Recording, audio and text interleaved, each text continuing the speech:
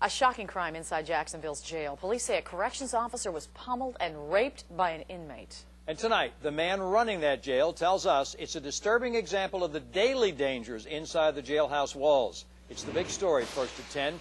Police say the attacker is this accused killer, Jonathan Tave. They say his victim is not just an officer, but also a paralegal who works in the law library at the jail, often working alone. New at 10, Channel 4's Diane Cho spoke with the jail director about how an attack like this could happen. Diane?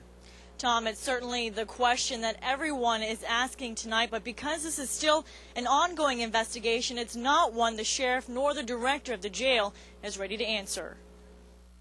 Jonathan Tave is no stranger to the law, with a violent criminal rap sheet of charges ranging from murder to battery on an inmate and armed robbery. Police say the now 230-pound inmate is being accused of raping a correctional officer using a shank similar to this one, confiscated from an inmate to threaten her with.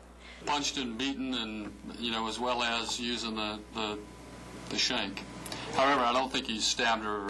It happened on the 5th floor in the law library, where the 29-year veteran officer works as a paralegal to help inmates with their cases. It's one of the areas where Director Gordon Bass says isn't monitored by surveillance. How was he able to get alone with her in this situation? I'm not going to get into any more details about that because the sheriff has already addressed that. This is an ongoing investigation. He says Tave was being housed on a floor with other violent offenders, but inmates here at the main pre-detention facility are allowed to walk around inside the jail because they're monitored by indirect supervision, where officers control the doors and elevators inside.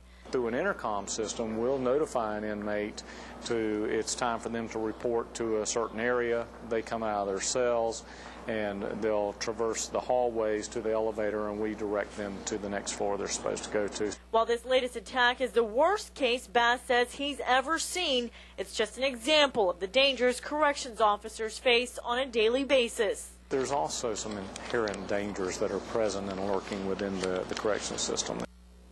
And the corrections officer, we're told, was equipped with a standard issue belt that had pepper spray, handcuffs, and a radio, and they're currently in the process of also getting tasers. We're live at the jail. Diane Cho, Channel 4, the local station. Diane, any new information tonight about how that corrections officer is doing? We're told that she was severely beaten at the time, but she should be okay. She did suffer some pretty serious injuries, Tom. Diane Cho reporting live from downtown at the jail. Thank you, Diane.